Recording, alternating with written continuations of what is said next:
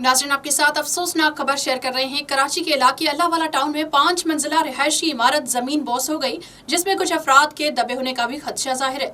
मजीद देखिए एकता TV news की इस रिपोर्ट में।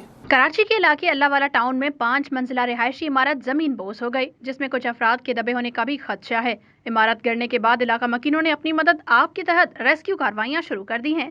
इलाका मकीनों का कहना है कि इमारत में कुछ खानदान रिहायशी पजीर थे और उनके मलबे तले दबे होने का खदशा है। जराये का कहना है कि इमारत के मलबे से अब तक 5 जख्मियों को निकाल लिया गया है और उन्हें करीबी अस्पताल मुंतकिल किया गया है।